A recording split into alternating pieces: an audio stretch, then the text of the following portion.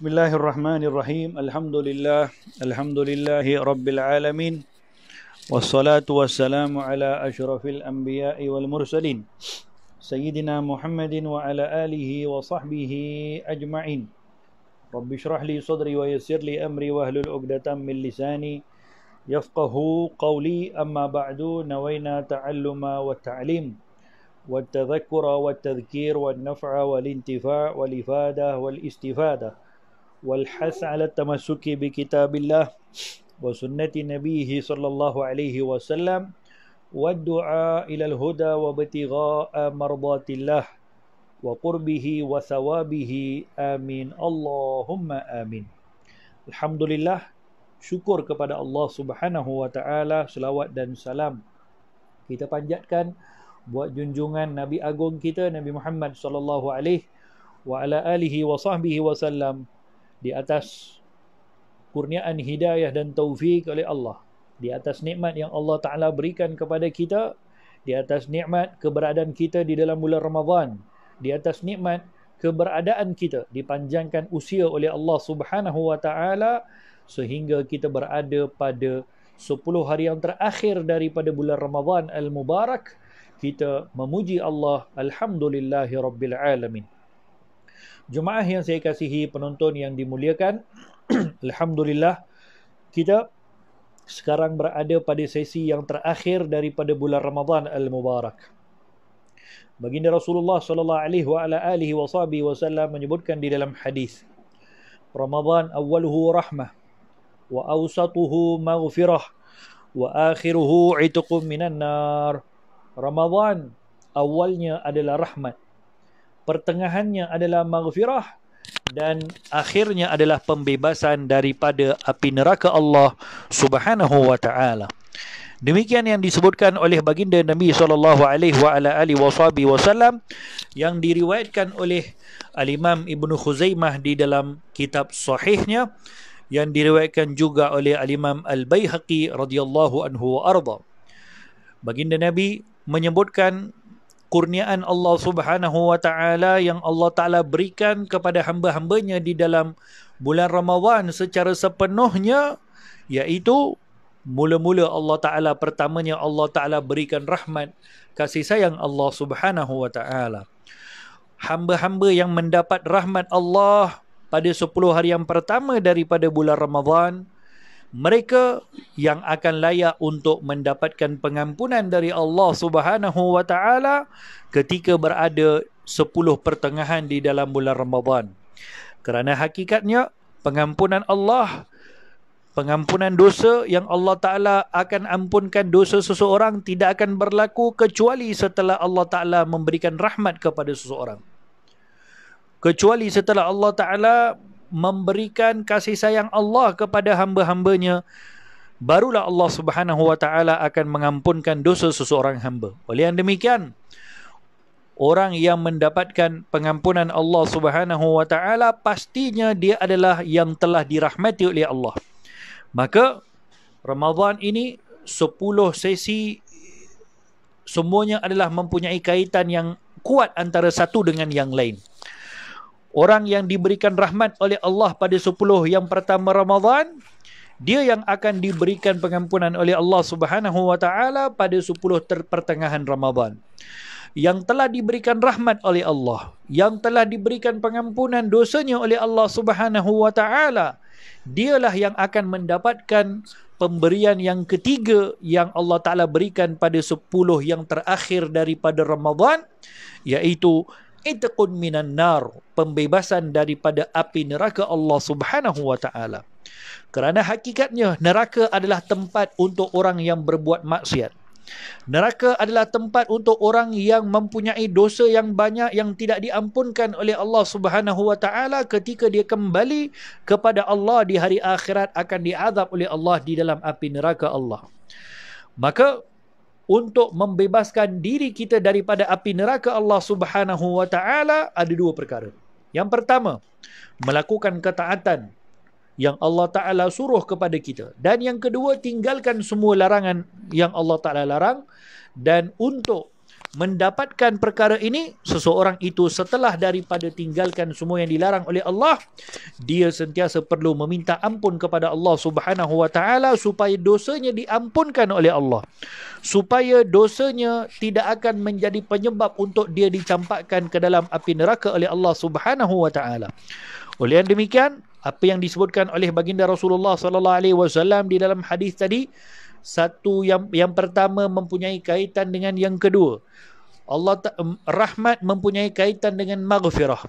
Maghfirah mempunyai kaitan dengan itqun minan nar, pembebasan daripada api neraka Allah yang akan Allah berikan secara khusus kepada orang-orang yang telah dirahmati oleh Allah, dan kepada hamba-hambanya yang telah diampunkan dosanya oleh Allah, maka akan dibebaskan oleh Allah daripada api neraka wal-iyadhu billah.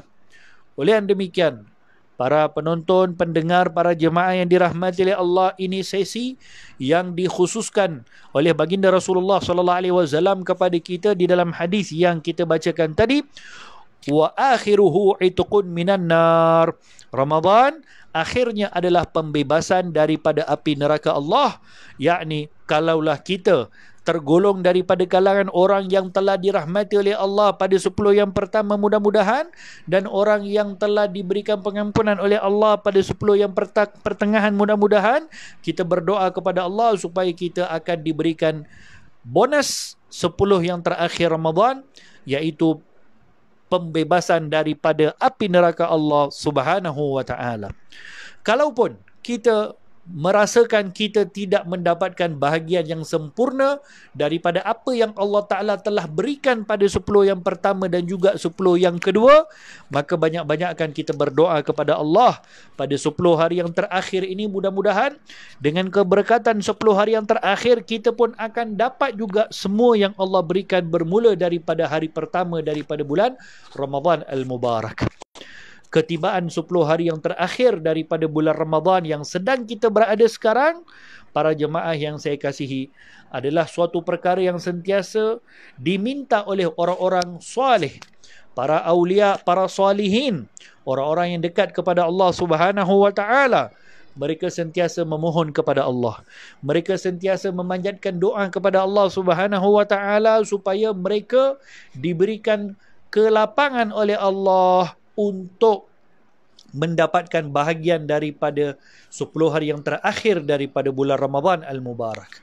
Begitu besar kedudukan 10 hari yang terakhir daripada bulan Ramadan Al-Mubarak, sehingga baginda Rasulullah sallallahu alaihi wasallam menyebutkan, "Idza dakhala ashrul awakhir min Ramadan," kata Siti Aisyah radhiyallahu anha, ketika baginda Rasul sallallahu alaihi wasallam memasuki 10 hari yang terakhir daripada bulan Ramadan, Karena Nabi SAW, baginda Nabi akan memperbanyakkan dan akan menggandakan ibadah. Semua ibadah Nabi akan digandakan pada 10 hari yang terakhir. Dan Nabi tidak hanya pentingkan dirinya sahaja pada 10 hari yang terakhir, kecuali baginda Rasul SAW juga. Wa yuqidu ahlahu wa aiqadha ahlahu. Nabi juga akan kejutkan ahli keluarganya untuk ibadah pada 10 hari yang terakhir Ramadan. Nabi akan pergi ketuk rumah pintu anaknya Siti Fatimah radhiyallahu anha. Nabi akan ketuk pintu rumah isteri-isteri Nabi SAW untuk kejutkan mereka supaya bangun qiyamul lail, untuk kejutkan mereka supaya mereka tahajud. Ini bahagian daripada apa yang dilakukan oleh baginda Rasul SAW pada 10 hari yang terakhir daripada bulan Ramadan Al-Mubarak. Makanya orang yang mengikuti jejak langkah Nabi SAW di dalam menghidupkan 10 hari yang terakhir Ramadan, semestinya dia tidak boleh hanya orang yang pentingkan diri sendiri. Dia tidak boleh jadi orang yang sentiasa mementingkan ibadahnya sendiri tanpa fikirkan bagaimana keadaan anak-anak dan juga isterinya, bagaimana keadaan ahli keluarganya yang lain. Bukanlah satu sifat yang baik. Seorang ayah bangun qiyamul lail pada 10 hari yang terakhir, sedangkan isterinya, sedangkan anak-anaknya masih lagi dalam keadaan tidur, masih lagi dalam keadaan tidak menggandakan ibadah mereka pada 10 hari yang terakhir. Bukanlah seorang ibu yang baik ketika mana dia berseorangan beribadah pada malam 10 hari yang terakhir Ramadan, sedangkan suaminya, sedangkan anak-anaknya masih lagi leka. Ini adalah contoh yang telah ditunjukkan oleh Nabi. Nabi kejutkan setiap malam, Nabi kejutkan isteri-isteri Nabi SAW. Nabi kejutkan tadi tu bukan kerana isteri-isteri Nabi ni tak bangun malam untuk tahajud, bukan. Tapi kerana Nabi ingin tunjukkan petunjuk kepada kita. Demikian ketika masuknya 10 hari yang terakhir Ramadan, keluarga Nabi SAW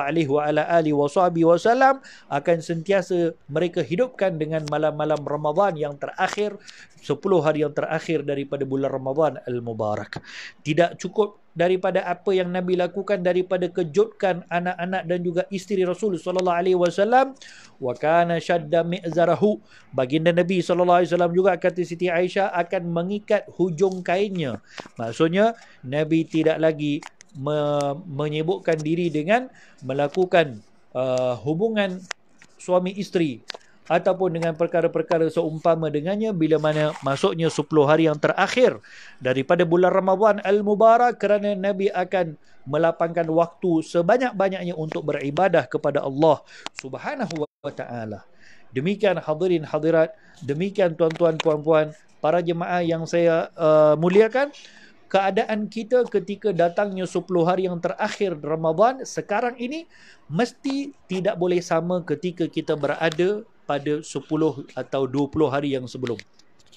Kalau keadaan kita sama, sembahyang kita sama, solat sunat kita sama tak bertambah, tilawatul Quran kita tak bertambah, sedekah kita tidak bertambah, maka bermakna kita juga belum terlepas daripada masih tidak mengikuti jalannya Nabi SAW di dalam menggandakan ibadah pada 10 hari yang terakhir Ramadan. Makanya bila masuk 10 hari yang terakhir Ramadan, ibadah kita automatically kita kena paksa diri kita supaya akan bertambah, sebab kita nak ikut Nabi. Kita ikut jejak langkah Nabi SAW pada 10 hari terakhir untuk kita tambahkan kita punya ibadah. Solat sunat kita kalau duha ini sebelum ini 2 rakaat, 10 hari terakhir Ramadan duha kita sepatutnya sudah bertambah kepada 4, 6, 8 rakaat. Solat tarawih kita kalau sebelum-sebelum ini kita solat tarawih kurang, maka 10 hari yang terakhir tidak boleh kepada kita kecuali solat tarawih 20 rakaat, kerana demikian tarawihnya Rasul SAW. Kalau witir kita sebelum ini 3 rakaat, 10 hari yang terakhir daripada bulan Ramadan kita sudah menggandakan witir kita supaya menjadi lebih daripada 3 rakaat, 5 rakaat ataupun seumpama dengannya. Demikian para penonton, para pendengar yang saya kasihi, keadaan kita ketika datangnya 10 hari yang terakhir Ramadan, bukan hanya diri kita tapi seluruh ahli keluarga kita menghidupkan 10 yang terakhir daripada bulan Ramadan Al-Mubarak. Rumah kita akan makmur, rumah kita akan hidup dengan bacaan Al-Quran. Rumah kita bukan akan sibuk dengan kuih raya, rumah kita bukan akan sibuk dengan persiapan raya. Tahun ini Allah Ta'ala berikan kepada kita ujian, kita pun tidak akan sibuk diri dengan persiapan-persiapan hari raya. Kita pun tidak akan sibukkan diri dengan habiskan malam-malam Ramadan kita kaum ibu dengan sibuk buat kuih raya, maka tergadai mereka punya Lailatul Qadar. Tergadai mereka punya waktu-waktu untuk dapatkan ibadah kepada Allah pada 10 hari yang terakhir Ramadan. Maka Allah Ta'ala berikan ujian di sebalik ujian musibah kepada kita pada tahun ini. Kita mempunyai waktu yang lapang pada setiap malam. Kita tidak lagi disibukkan dengan persiapan-persiapan hari raya pada tahun ini. Maka ini peluang yang begitu besar kepada kita untuk kita manfaatkan supaya kita tergolong daripada kalangan orang yang akan menghidupkan 10 hari yang terakhir daripada bulan Ramadan Al-Mubarak. Para penonton pendengar yang saya kasihi, baginda Rasulullah SAW mengajarkan kepada Sayyidatina Aisyah radhiyallahu anha, kata baginda Nabi kepada Siti Aisyah bila mana ditanya oleh Siti Aisyah, "Ya Rasulullah, apakah yang aku akan sebutkan bila aku bertemu dengan Lailatul Qadar?" Maka kata baginda Rasulullah SAW, "Quli," sebutkanlah ketika bertemu dengan Lailatul Qadar atau 10 hari yang terakhir daripada bulan Ramadan, perbanyakkanlah untuk kamu membaca doa, Allahumma innaka afuwun tuhibbul afwa fa'fu anni. Allahumma innaka afuwan tuhibbul afwa fa'fu anni. Ini doa yang Nabi kita sendiri ajarkan kepada Siti Aisyah radhiyallahu anha ketika berada pada 10 hari yang terakhir daripada bulan Ramadan al-Mubarak. Kita pun telah pelajari bahawa pada 10 hari yang terakhir daripada Ramadan inilah akan berlakunya Lailatul Qadar seperti mana yang disebutkan oleh kebanyakan daripada para ulama. Dan berdasarkan kepada apa yang disebutkan oleh baginda Rasul di dalam hadis Nabi SAW, kata baginda Rasul SAW, ightanimuha fil ashril awakhir min Ramadan. Ightanimuha, burulah kamu, carilah kamu Lailatul Qadar pada 10 hari yang terakhir daripada bulan Ramadan. Kenapa Nabi kata burulah Lailatul Qadar? Memburu ini tuan-tuan, mencari ini adalah kepada suatu perkara yang susah nak dapat.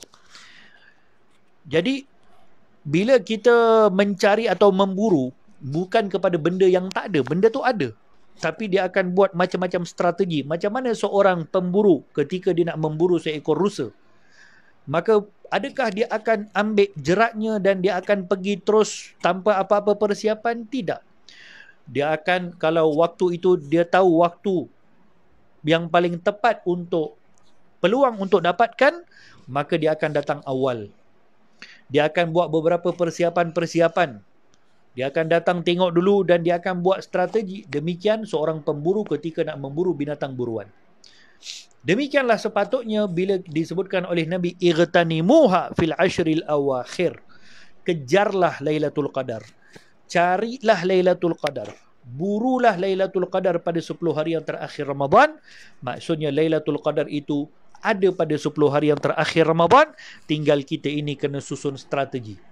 Yang dimaksudkan dengan strategi menyusun untuk mendapatkan Lailatul Qadar, yang pertama, orang yang ahli untuk dapatkan Lailatul Qadar sahaja yang akan diberikan oleh Allah Subhanahu wa taala peluang untuk mendapatkan Lailatul Qadar.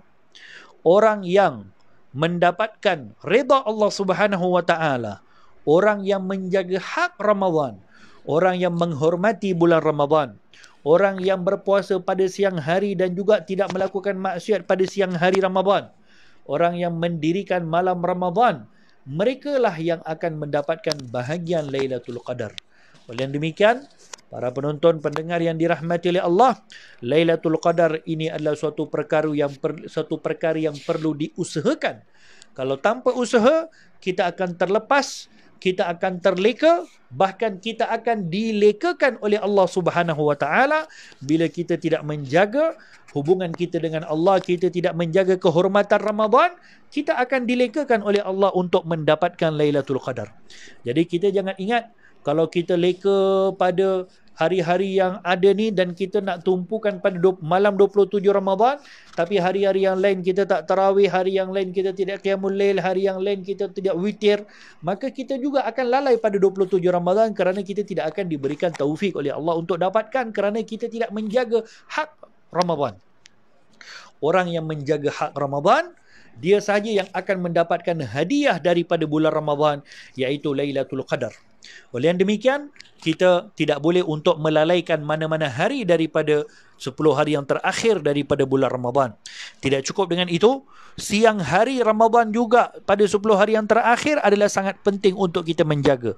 Kerana baginda Nabi sebutkan di dalam hadis, 4 malam di mana kedudukan malamnya adalah sama dengan kedudukan siang, kemuliaannya sama di sisi Allah.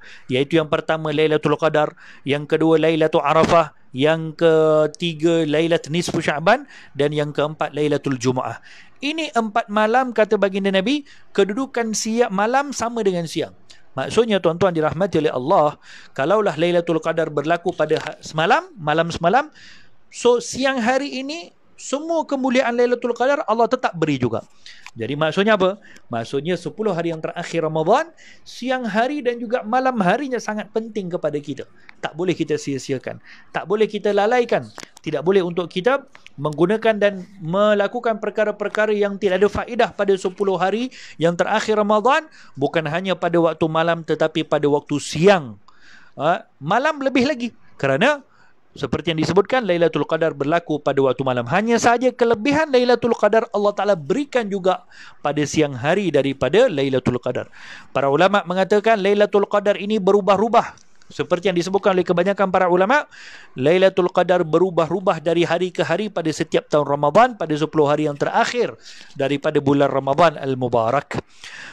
Di antara tips yang disebutkan oleh Imam Al-Ghazali radhiyallahu anhu wa arda, kalaulah bulan Ramadan, awal Ramadan, 1 Ramadan jatuh pada hari Jumaat, maka insya-Allah Lailatul Qadar akan berlaku pada malam 27 Ramadan. Ini tips kepada kita untuk tahun ini, tuan-tuan. 1 Ramadan berlaku pada hari Jumaat. Maka mengikut kepada Imam Al-Ghazali, kata beliau, kalau 1 Ramadan berlaku pada hari Jumaat, insya-Allah Lailatul Qadar akan berlaku pada malam 27 Ramadan. Kita berdoa kepada Allah, mudah-mudahan Allah Subhanahu wa taala rezekikan kita, berikan kepada kita taufik dan hidayah untuk kita dapatkan bahagian daripada Lailatul Qadar, untuk kita dapat hidupkan Lailatul Qadar, untuk kita tidak diharamkan oleh Allah Subhanahu wa taala untuk menghidupkan malam Lailatul Qadar.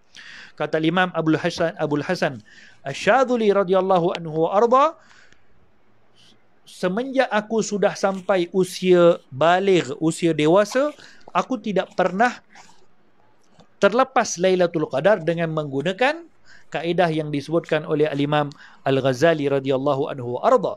Oleh yang demikian, bukanlah bermaksud pada malam 27 Ramadan nanti baru kita akan beribadah, hari-hari lain kita akan mengambil sambil lewa, tidak. Tapi setiap malam daripada malam Ramadan kita beribadah kepada Allah Subhanahu wa taala. Setiap siang daripada siang Ramadan 10 hari yang terakhir ini, gandakan ibadah kita kepada Allah Subhanahu wa taala. Maka kedatangan Lailatul Qadar adalah suatu perkara yang pasti, cuma yang tidak pasti bagaimana keadaan kita ketika tibanya Lailatul Qadar. Itu yang tak pasti. Pasti Lailatul Qadar akan datang, cuma kita yang tak pasti. Mungkin ada orang ketika datangnya Lailatul Qadar, dia berada dalam keadaan berjaga, dia tak tidur pun waktu Lailatul Qadar, tapi waktu itu mungkin dia duduk depan TV. Waktu itu mungkin dia duduk depan cerita-cerita movie-movie Hindustan. Mungkin waktu itu dia di depan cerita Hollywood. Dia waktu itu mungkin dengan urusan Facebooknya. Dia mungkin waktu itu dengan urusan-urusan yang lain yang melalaikan.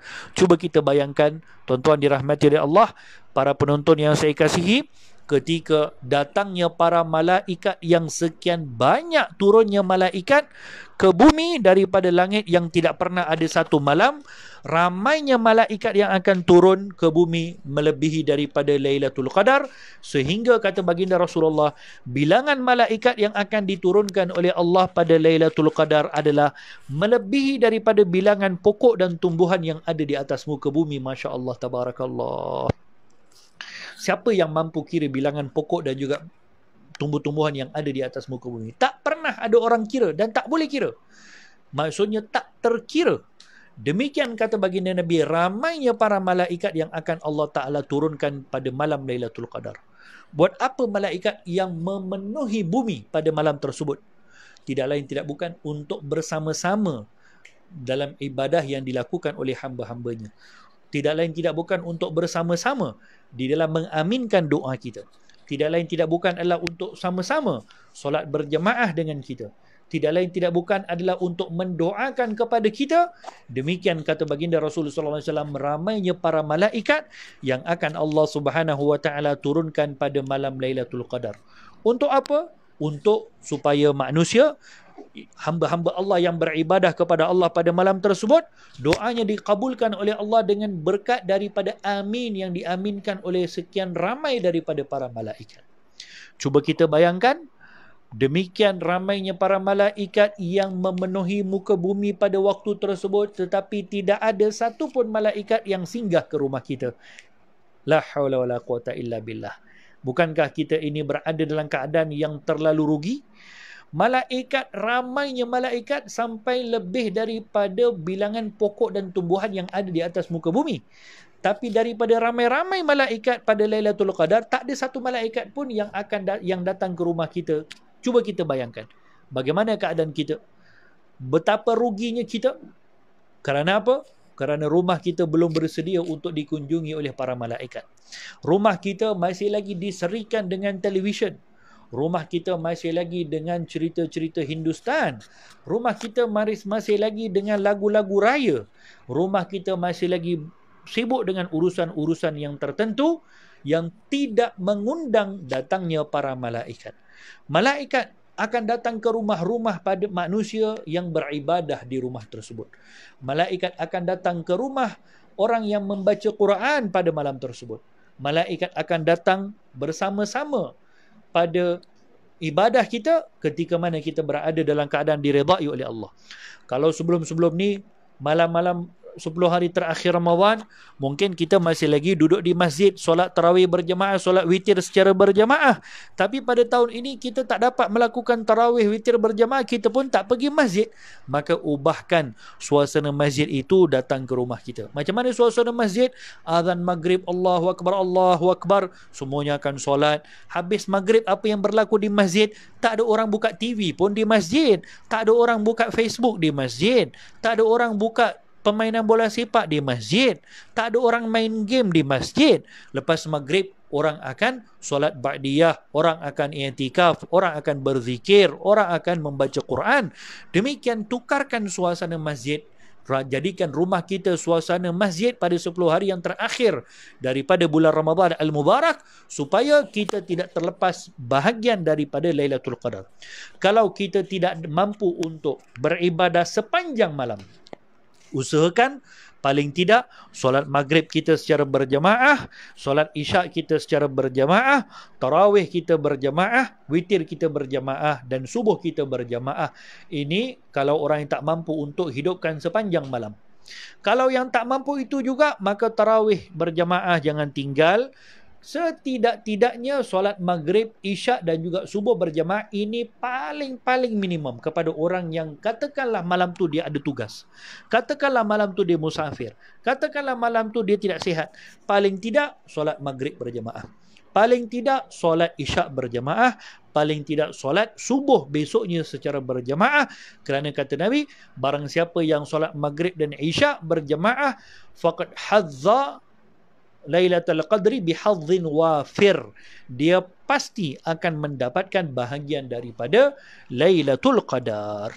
Para penonton, para pendengar yang dirahmati oleh Allah, demikian kita perlu untuk mengakhiri Ramadan ini dengan husnul khitam, dengan pengakhiran yang baik, dengan pengakhiran yang kita hargai masa yang Allah Ta'ala berikan pada 10 hari yang terakhir daripada bulan Ramadan ini. Demikian cara para ahlu salafus salih kita yang terdahulu, ketika masuk ke 10 hari yang terakhir Ramadan, ibadah mereka akan berganda. Bahkan mereka akan lebih banyak beribadah kepada Allah Subhanahu wa taala, lebih banyak mengasingkan diri, mereka lebih banyak bersedekah.